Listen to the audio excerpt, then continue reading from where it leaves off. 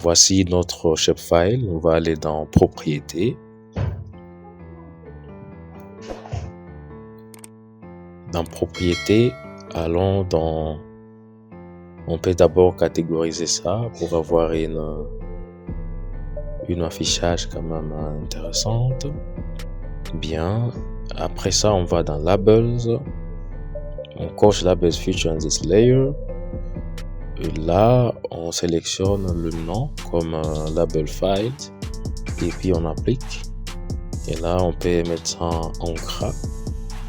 Et augmenter la police, même à 12, la taille de la police. 12 c'est trop, on peut mettre à 10. Voilà.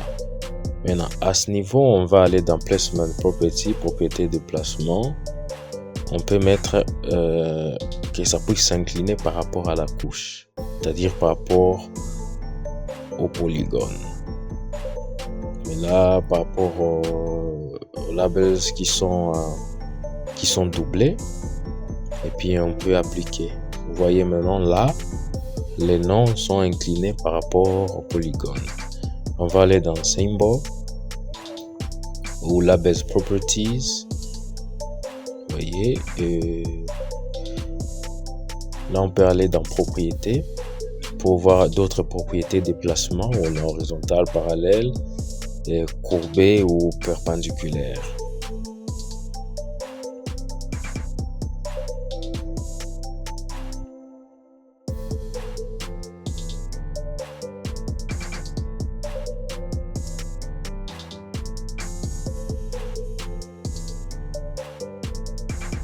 Allons dans Symbol, Edit Symbol, et là on peut cliquer sur Masque.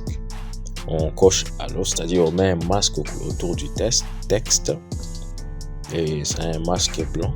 Vous voyez, on peut diminuer ça, c'est un peu trop. On peut rentrer dans Symbole rapidement. On met ça à 1 parce que là c'était à 2.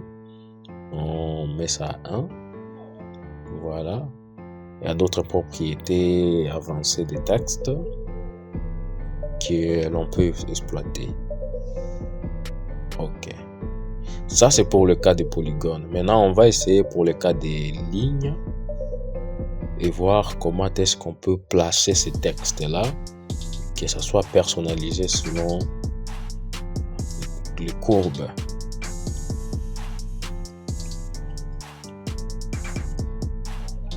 On va aller dans Open Attribute Table pour voir la table d'attributs. On voit que le nom, c'est son de route. On peut utiliser dans les propriétés, on peut utiliser ces noms-là pour les afficher et voir comment est-ce que ça peut donner et comment on peut le personnaliser. Voilà. Si on entre dans placement, on a sélectionné ce qui est courbe. Si on laisse parallèle, on voit que ça ne suit pas la courbe, mais c'est juste parallèle à la courbe. On peut rentrer dans placement, on coche curved, c'est-à-dire ce qui est courbé. Et après, ok, appliquer. Voilà, on peut maintenant aller dans symbole. On rentre encore dans le masque, de sorte à mettre un masque particulier. Masque. On coche à l'eau, on amène à 2 et la couleur. On peut mettre pour l'instant n'importe quelle couleur, juste pour passer d'abord cette étape. Ok, on applique.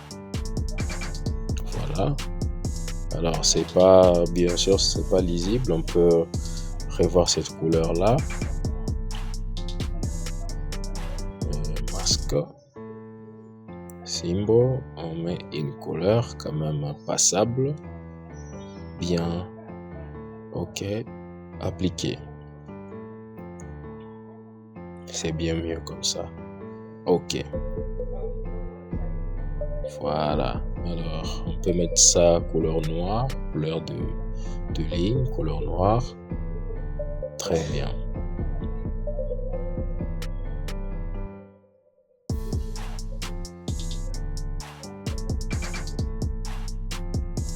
Voilà. On voit bien que c'est vraiment courbé. Ça suit les lignes. On peut augmenter juste la taille de la police qui est de 8. On peut amener ça à 14, appliquer. Ouais, très bien. Après ça, on peut passer à la mise en page. On peut rapidement passer à la mise en page. On y va très rapidement vu que il y a déjà des vidéos qui décrivent ça très bien.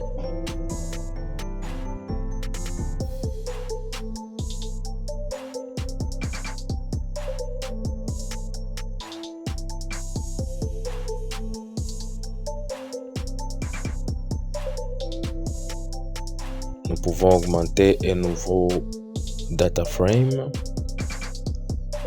où nous allons copier une des couches en nous la collant.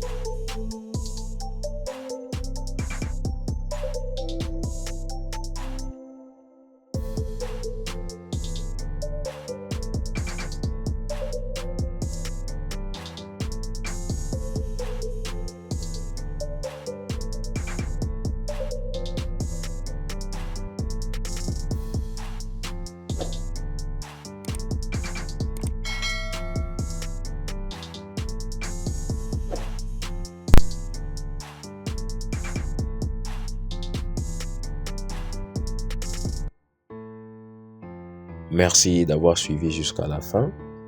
Restez connectés, abonnez-vous si ce n'est pas déjà fait parce qu'il y a d'autres vidéos qui seront mises en ligne prochainement.